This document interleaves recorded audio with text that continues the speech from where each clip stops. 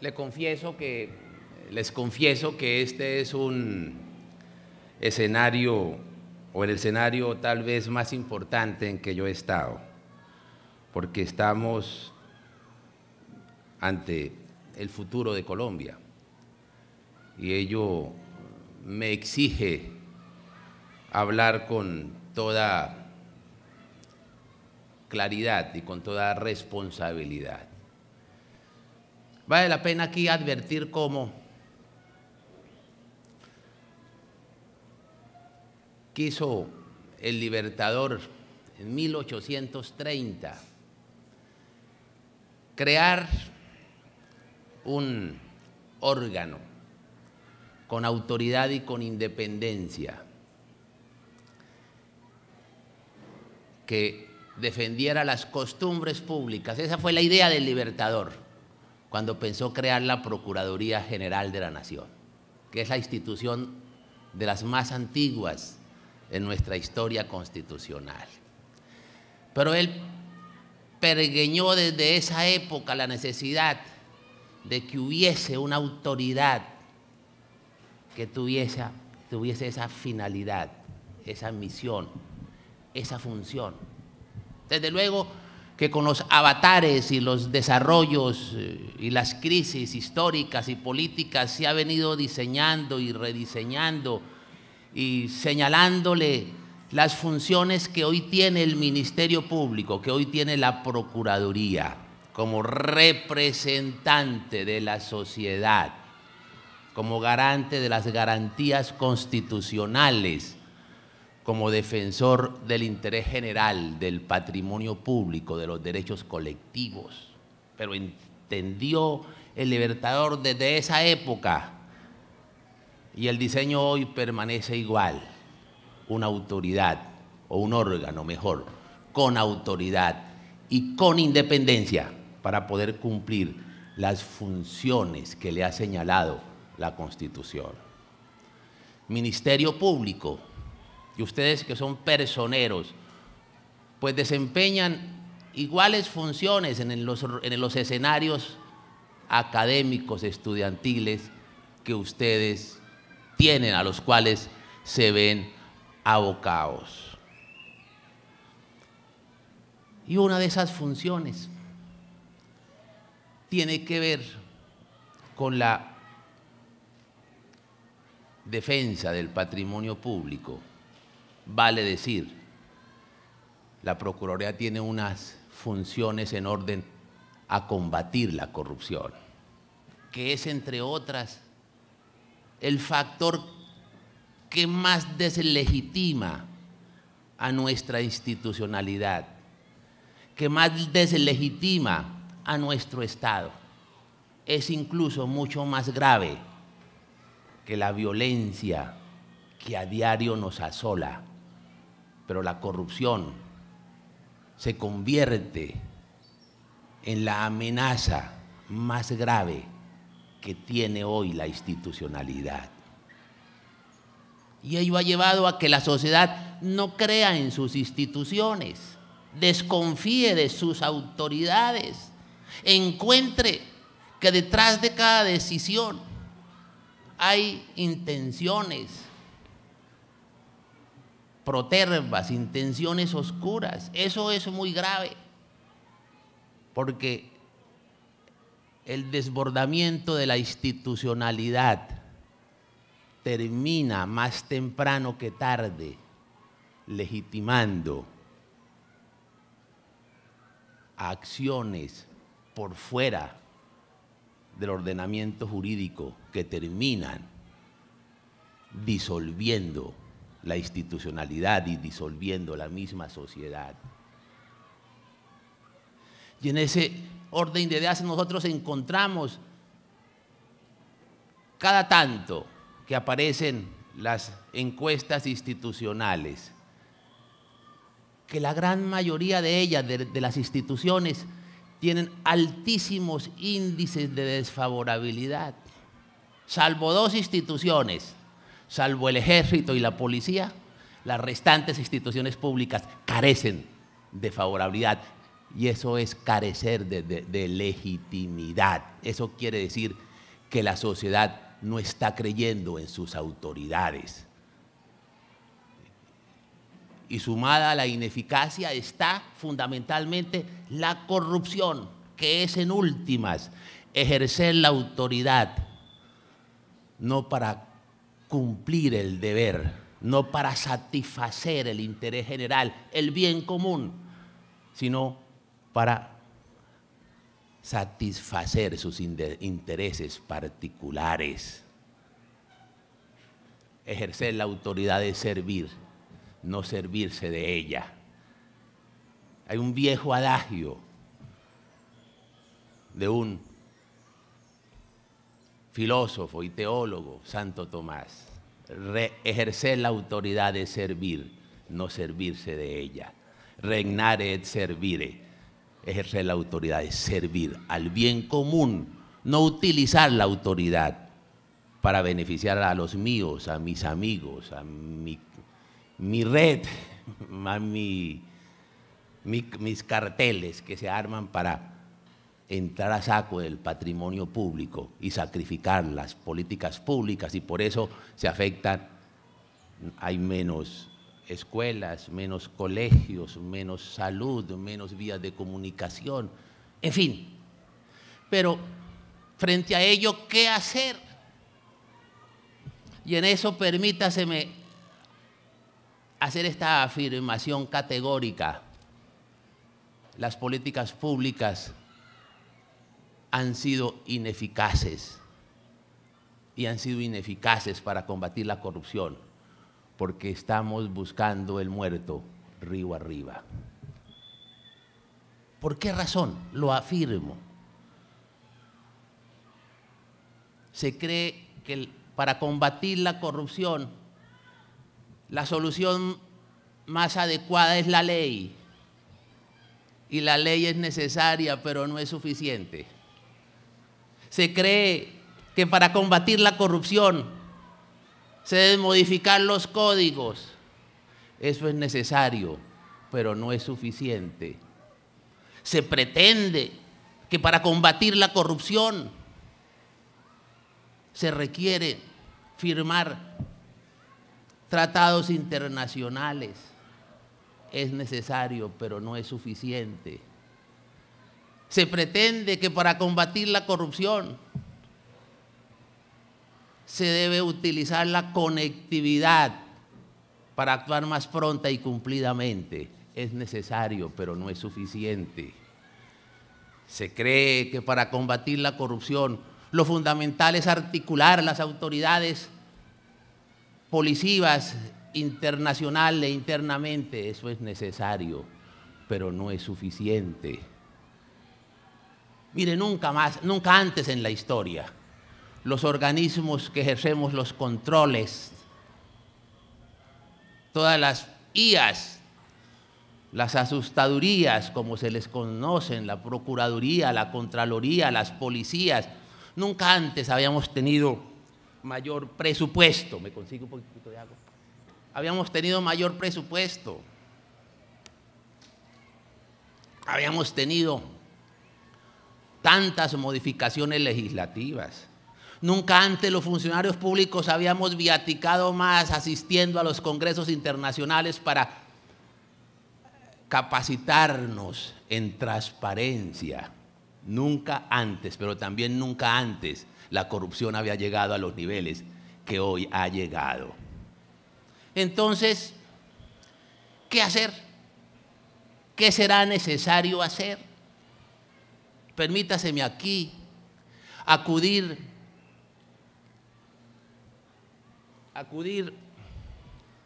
a una anécdota. Se trata del alcalde de Palermo, no Palermo, Tolima, sino la capital de Sicilia, en Italia.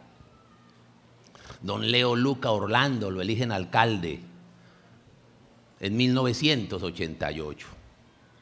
Imagínese lo que significa Sicilia para la historia de la mafia, y era el capital el alcalde de la capital de Sicilia.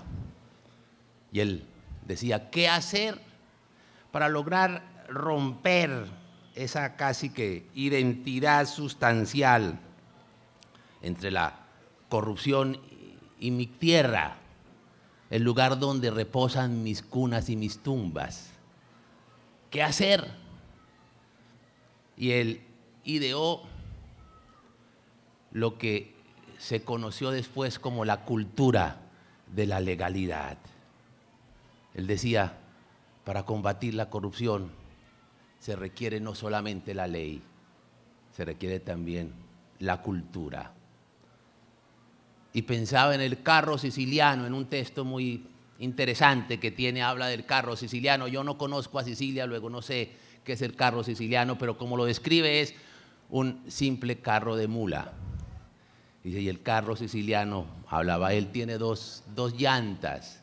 Y si esas llantas no van a una misma velocidad, en un mismo sentido, pues el carro no llega a su fin. Y si no tenemos la ley, pero también la cultura. Y aquí hemos hecho esfuerzos solamente por una de las ruedas, pero nos hemos olvidado de la otra. ¿Y eso cómo se llama? Eso se llama principios, se llaman valores.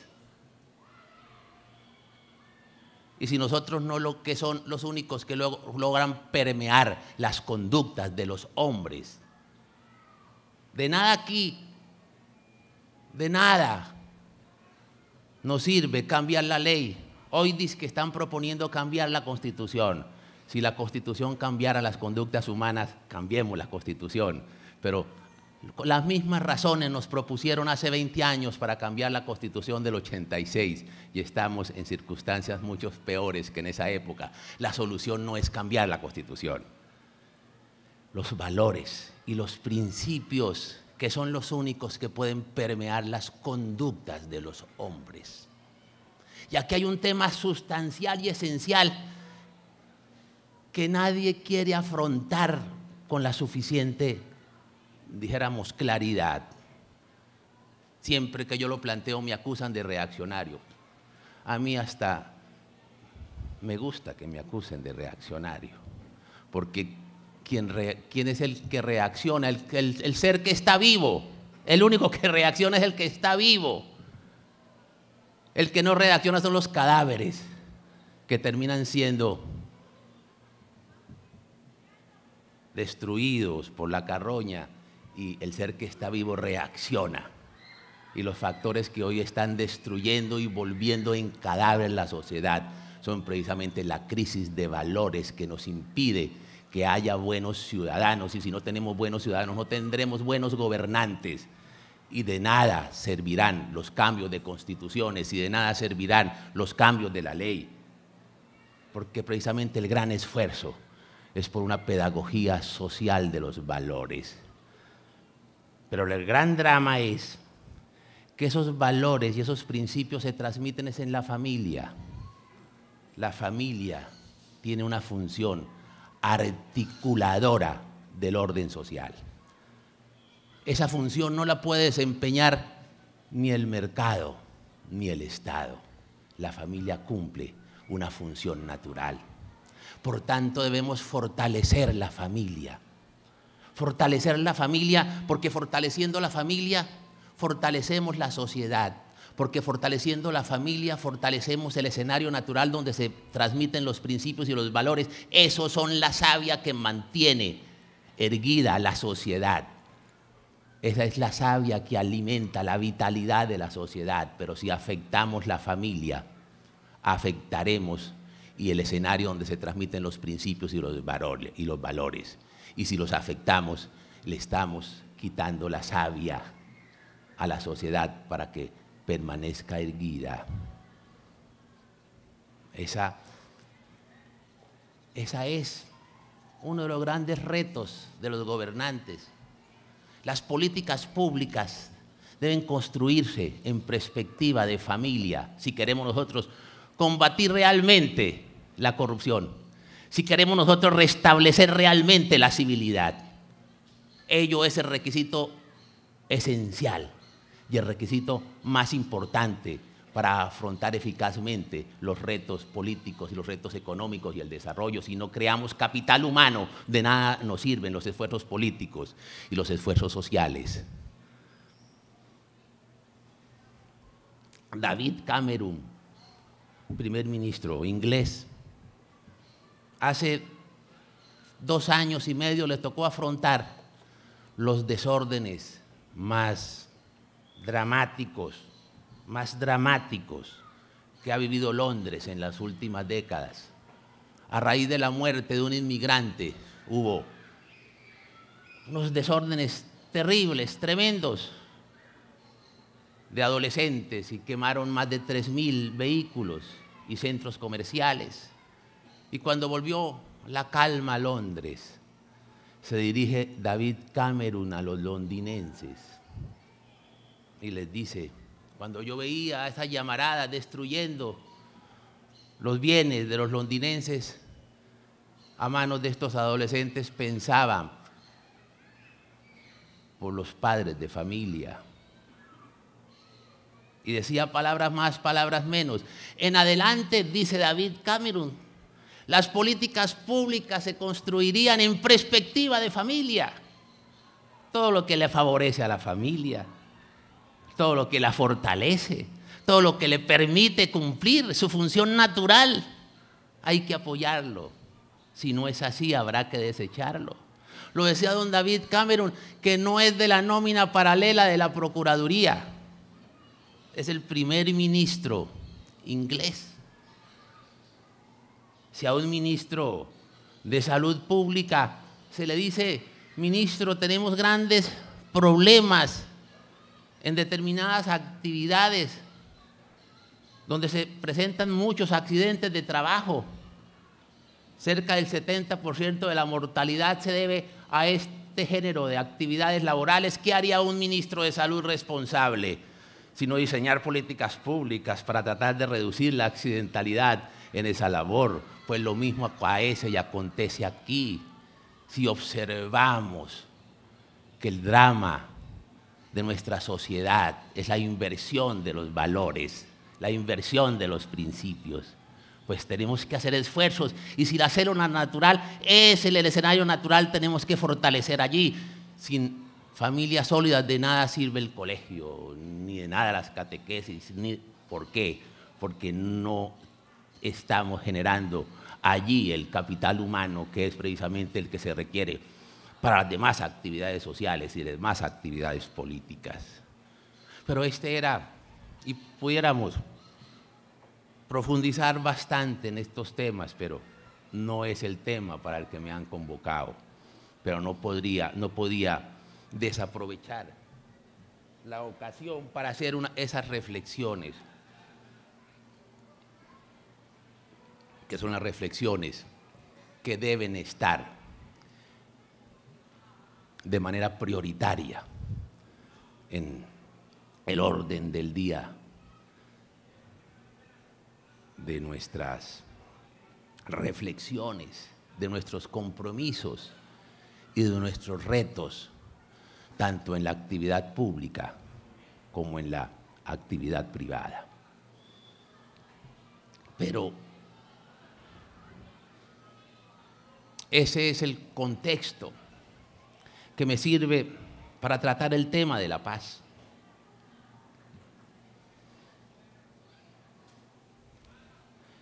Si hay algo en que estamos de acuerdo todos los colombianos, es en la necesidad de ella, de la paz.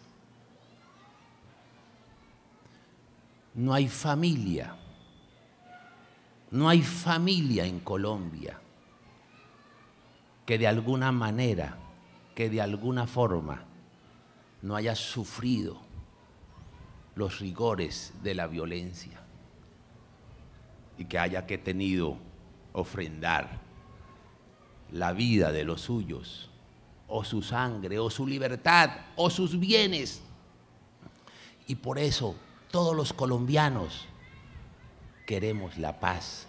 Todos los colombianos deseamos la paz. Todos los colombianos anhelamos la paz.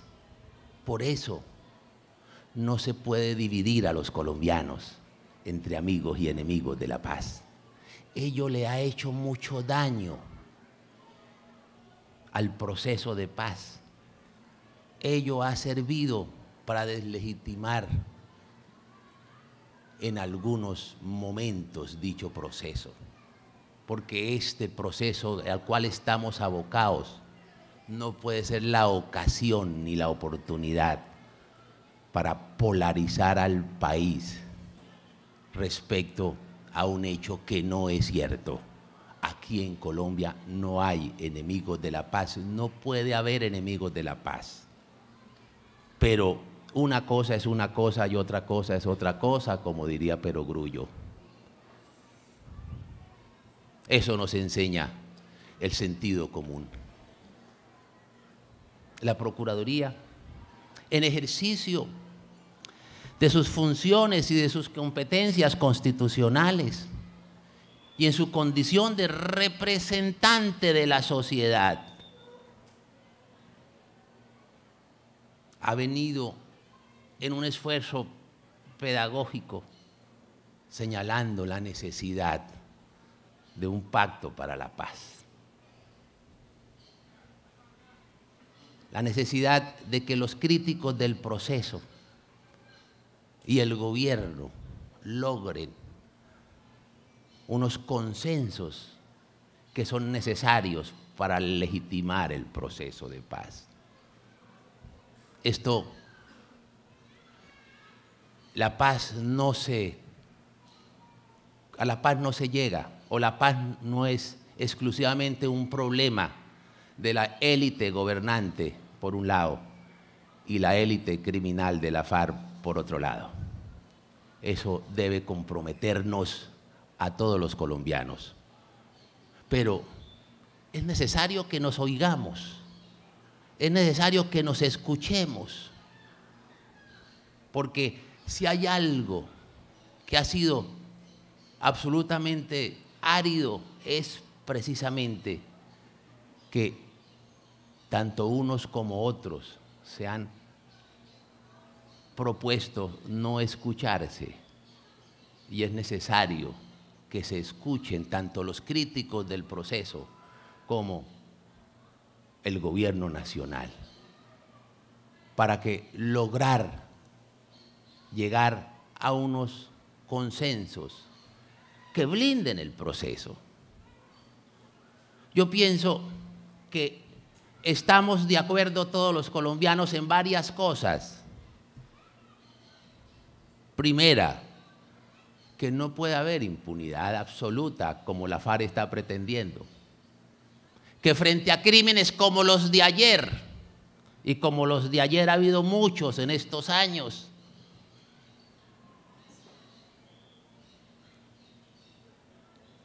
los responsables de esos hechos no pueden pagar simplemente con trabajo social o trabajo comunitario, que es menester que haya penas privativas efectivas de la libertad, que eso se llama cárcel. En eso la gran mayoría de los colombianos estamos de acuerdo, que frente a los responsables de crímenes de guerra, de delitos de lesa humanidad, de genocidios, de graves violaciones a los derechos humanos, deben haber cárcel, deben haber penas privativas de la libertad, reducidas, sí, eso es la justicia transicional. Nadie aquí está diciendo que se debe aplicar lo que se debería aplicar, pero nadie está diciendo que se aplique el Código Penal, que eso sería la sanción condigna. Sabemos nosotros que si vamos a transitar de la guerra a la paz, se requieren ofrecer atractivos a quienes están en armas.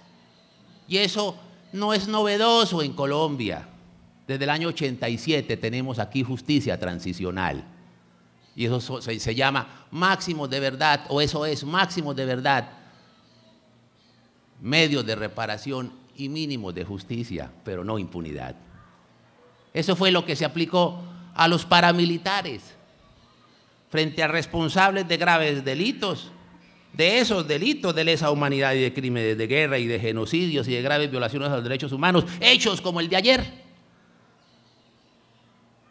donde a un soldado se le amputaron ambas piernas, debe haber sanciones condignas, penas de cárcel. Y eso no solamente están en los convenios internacionales que hemos adquirido, eso lo exige la justicia.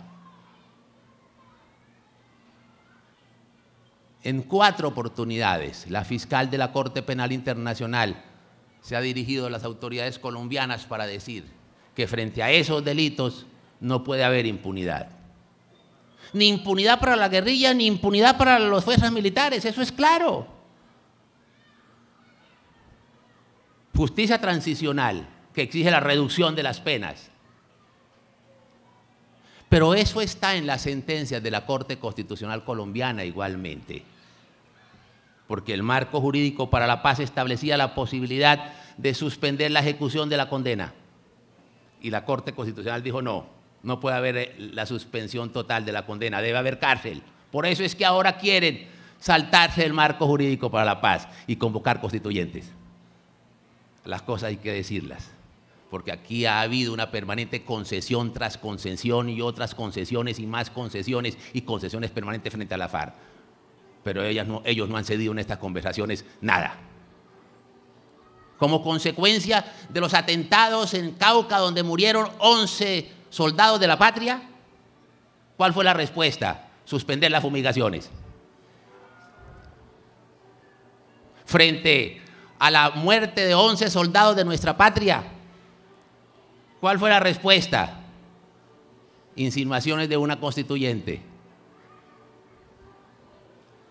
Ya al final me detendré un tanto en las consecuencias de la suspensión de las fumigaciones. Pero entonces, decía que estamos todos de acuerdo, tanto unos como otros, que debe haber justicia, que no puede haber impunidad. Estamos todos de acuerdo en que deben entregar las armas. Que la dejación quiere decir entrega material de las armas. Estamos de acuerdo en que no puede haber una paz armada. Estamos de acuerdo en que se tienen que desmovilizar.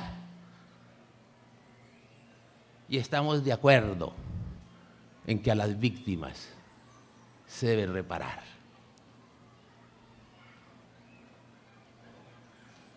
Son, dijéramos, satisfactorias los acercamientos del presidente Santos con el presidente Uribe, aunque tenues,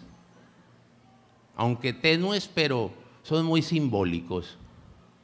Primero, el presidente Santos ya al parecer guardó en la gaveta el San Benito de los enemigos de la paz, que le hizo mucho daño al proceso. Yo me gané en varias oportunidades ese San Benito,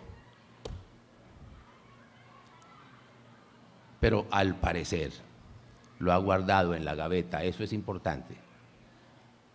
Segundo, es importante que el presidente haya empezado a reconocer que la cosa es con cárcel,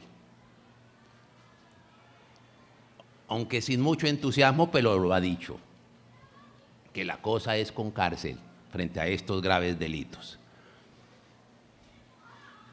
También ha dicho que no habrá cese bilateral de las hostilidades, sino después de la firma. Eso es importante, como eso demuestra que se empiezan a escuchar los críticos y el gobierno. También es importante que el presidente Uribe haya reconocido esas actitudes del presidente Santos y haya reconocido en la carta que le envió al doctor Álvaro Leiva, o ha hecho algunas propuestas en esas misivas tendientes a resolver satisfactoriamente el proceso de paz. Porque en el pacto para la paz que se requiere, es necesario blindar jurídicamente los acuerdos de La Habana. Y quienes deberían ser los más interesados son las FARC, porque lo que se firme en La Habana se debe cumplir, pero se debe poder cumplir. Y para poderse cumplir debe quedar bien hecha. ¿Y qué quiere decir poderse cumplir y quedar bien hecha?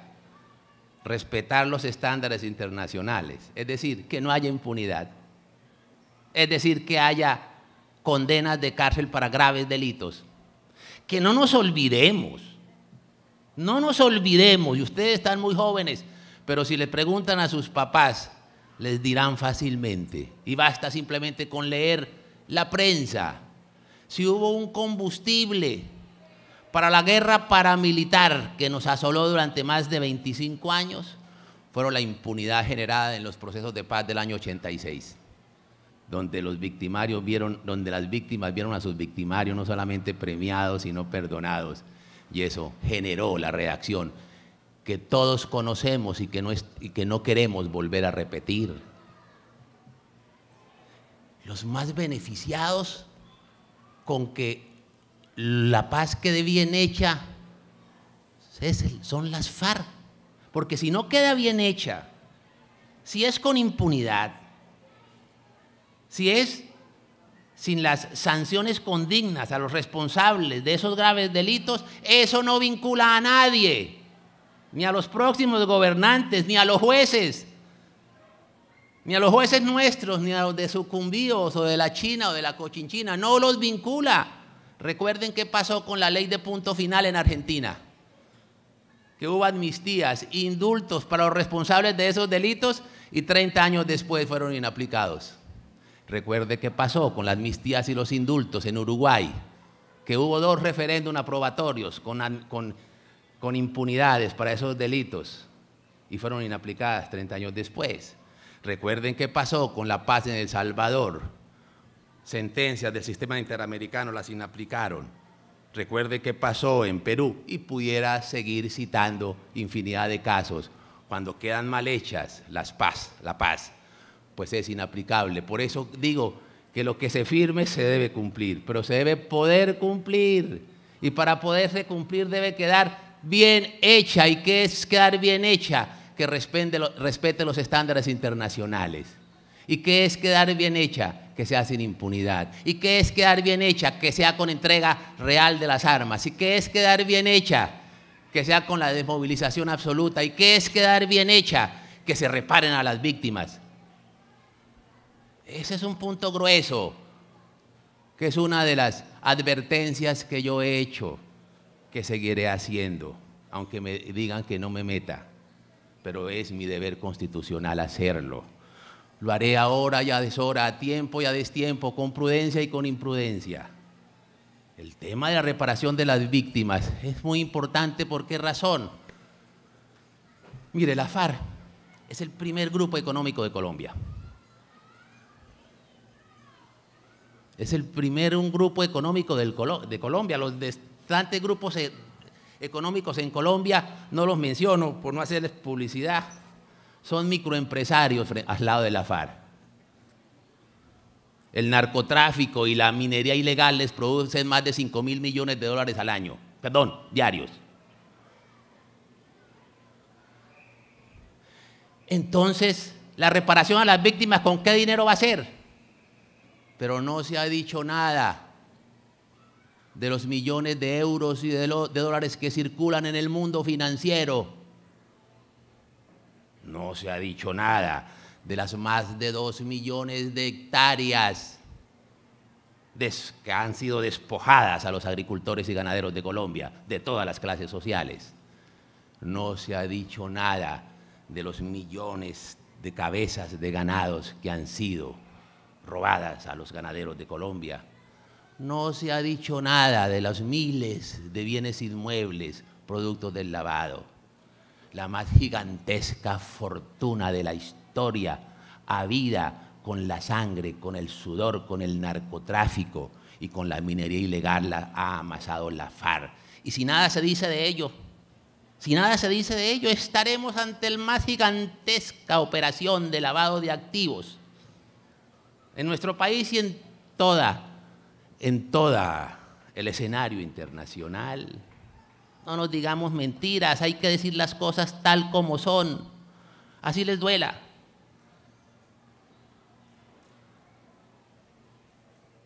Y seguiré haciendo preguntas aunque no las contesten. Hoy voy a hacer unas 2 o 3 más.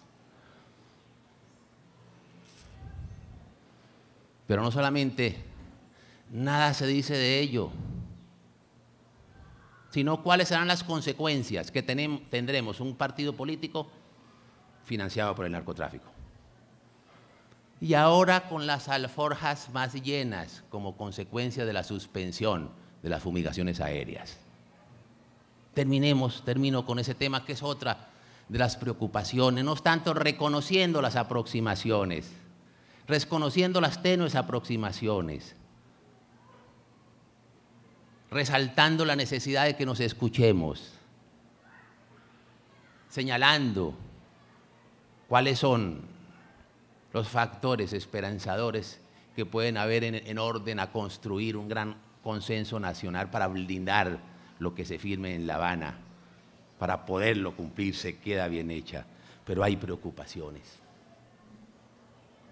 La preocupación de esta semana es la solicitud que ha hecho el ministro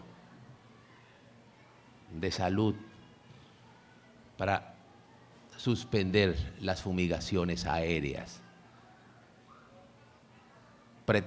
pretextando razones científicas, pero que como fuera reconocida por el ministro de Justicia, no son razones científicas definidas, sino simplemente algunas hipótesis. Frente a ello, y en mi condición de miembro del Consejo Nacional de Estupefacientes, pedir que se convocara precisamente para discutir el tema. Pero vale la pena advertir que estamos ante un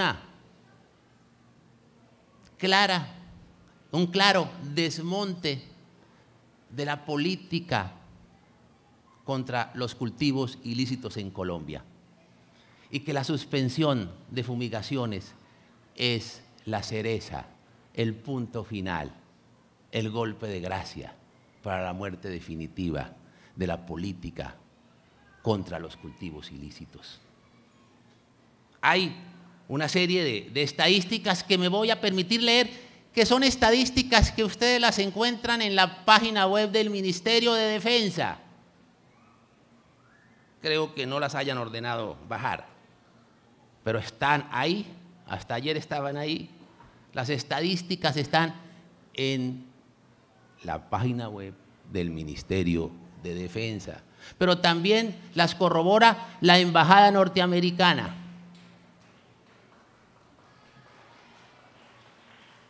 Y curiosamente coincide con la reiterada solicitud de la FARC de suspender las fumigaciones contra los cultivos ilícitos, porque en últimas los beneficiarios de esa suspensión son las FARC. Y curiosamente, el señor Joaquín Gómez le responde hace 4 días al señor procurador frente a las críticas que él hizo por la solicitud de suspensión de fumigaciones, diciendo es que hay que cumplir con los pactos en La Habana.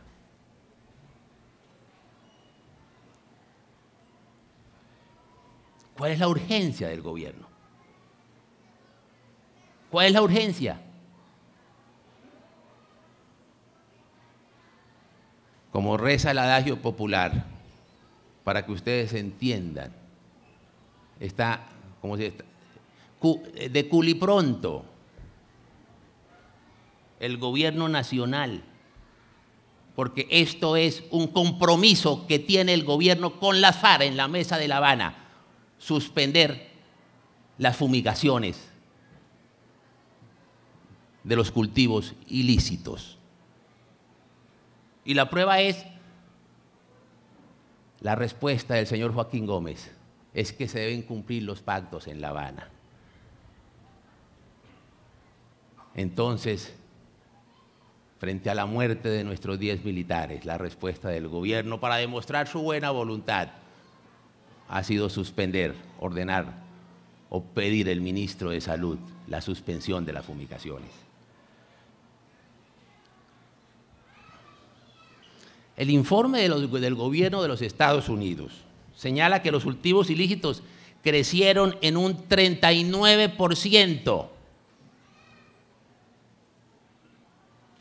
Pasaron de 80.500 hectáreas a 112.000 en un año. Esto es gravísimo. Aumentaron 31.500 hectáreas.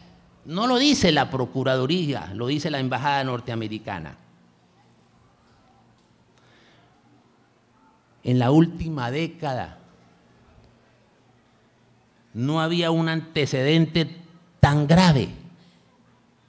Ese crecimiento de cultivos ilícitos solo es comparable con el ocurrido durante los diálogos del Caguán hace 15 años. Pero eso no es lo peor. El gobierno fijó como meta de erradicación manual 6.900 hectáreas para el 2015.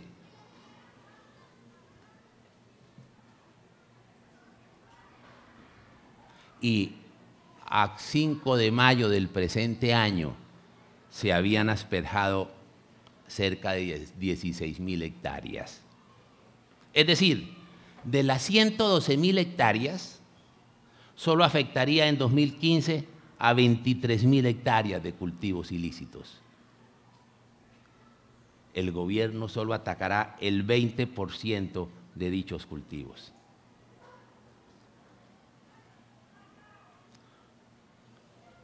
Los narcos están de fiesta. Los narcos están de fiesta con el otro 80% de cultivos intactos. Si no se multiplica la erradicación manual y si se prohíbe la aspersión con glifosato, 88.000 hectáreas van a quedar intactas. A eso se debe sumar el aumento inevitable de los cultivos generados precisamente por la inactividad del Estado en su contra. Es lamentable, pero hay que concluir que van a poner a nadar en narcotráfico el país. Eso suscita las siguientes preguntas, así no las contesten. ¿Cuántos kilos de coca producirán esas 88.000 hectáreas?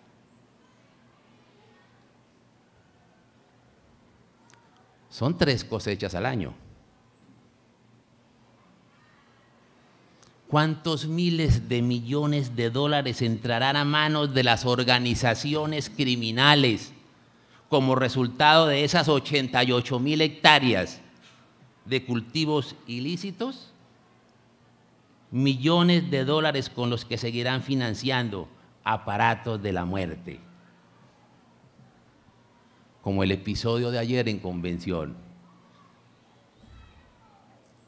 La zona del Catatumbo, en la zona de Catatumbo se dejó de fumigar y se dejaron de erradicar hace más de un año, y el aumento de los cultivos ilícitos en esos sectores son de más del 120%.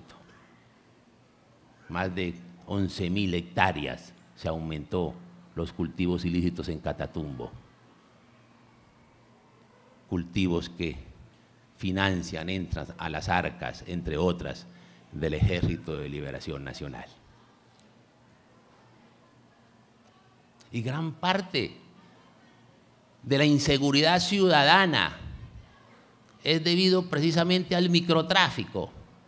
Microtráfico que se ha fortalecido en los últimos años precisamente por la fácil adquisición de la droga, producto de la alta producción. ¿Cuál es la premura? ¿Cuál es la premura? ¿Cuál es el afán de cumplirle a la FARC si aún no han firmado acuerdo alguno?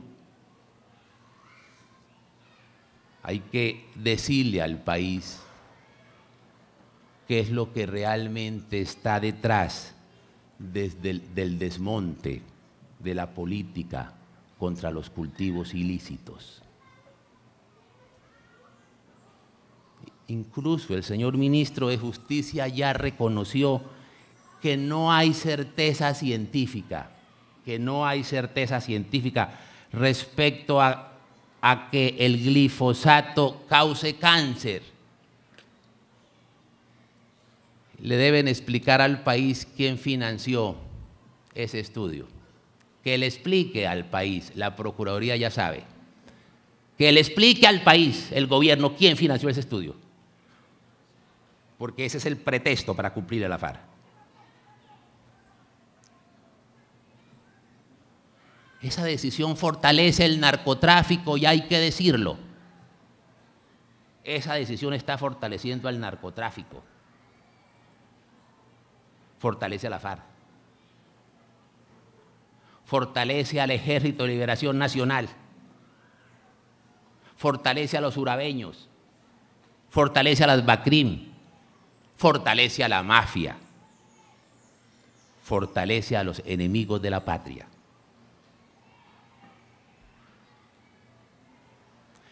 Y la eliminación de la aspersión es sin duda una otra medida de desescalonamiento, al igual que la suspensión de bombardeos. Otro error que puede salir aún más caro que la masacre de los soldados en el Cauca. Ese tema, el gobierno y las instituciones lo deben reflexionar. No pueden ser ligeros en esa decisión. Y en mi condición de representante de la sociedad, no puedo callar. Y en mi condición de defensor de los derechos de los colombianos y de la juventud, no puedo callar. Para mí sería mucho más fácil quedarme callado. Como dicen ustedes, pasar de agache. Pero mis obligaciones, mi investidura me impiden asumir una posición diferente a la que he venido asumiendo, teniendo esperanzas con el proceso, queriendo que el proceso no fracase, deseando que se consolide, pero también siendo conscientes de que esta paz debe quedar bien hecha para que se pueda cumplir. Muchas gracias.